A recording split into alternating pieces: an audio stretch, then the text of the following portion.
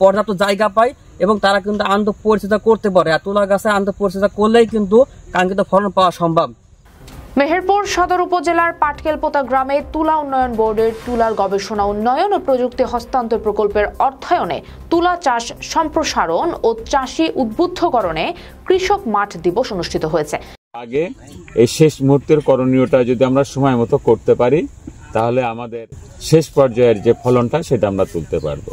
এই মুহূর্তে অত্যন্ত জরুরি যেটা আমরা বলি, তুলা গাছের মাথার দিকের যখন লাল লাল ফুল দেখা যায়, মানে গাছের প্রায় বার্ধক্য বা শেষ পর্যায়ে।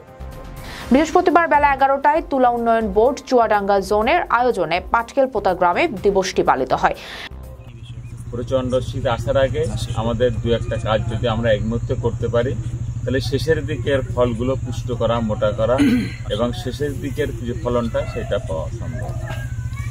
সেই জন্যই গুরুত্বপূর্ণ।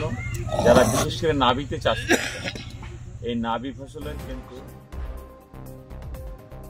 মেহেরপুর সদরের পাটকেলপোতা গ্রামের 40 জন কৃষক নিয়ে তুলা চাষে উদ্বুদ্ধকরণ ও এর সম্প্রসারণ, তুলার বীজ বপন, গাছের পরিচর্যা, রোগবালাই ও পোকামাকড় দমনে সার ও কীটনাশকের ব্যবহারের মাত্রা নির্ণয়, তুলার ফল এর বল আকৃতি থাকাকালীন সময়ে রোগ মুক্তকরণ পদ্ধতি, তুলা সংগ্রহ ইত্যাদি বিষয়ে আলোচনা করা হয়।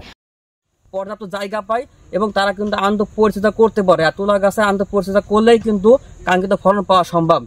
তো এই ধরনের, আর এছাড়া আমাদের কিছু কিছু গাছে দেখবেন যে এরকম কিছু বল থাকে যেগুলো ফেটে গেছে, এটাকে বলি আমরা ছত্রাকজনিত রোগ। উক্ত আলোচনা সভায় প্রধান আলোচক হিসেবে বক্তব্য রাখেন প্রধান তুলা উন্নয়ন কর্মকর্তা সেন দেবাশিস। এছাড়াও বক্তব্য রাখেন তুলা উন্নয়ন কর্মকর্তা SM এজাজুল ইসলাম, বারাদি ইউনিটের cotton unit officer Zakaria Iqbal. Meherpur থেকে হামিদুল ইসলামের রিপোর্ট।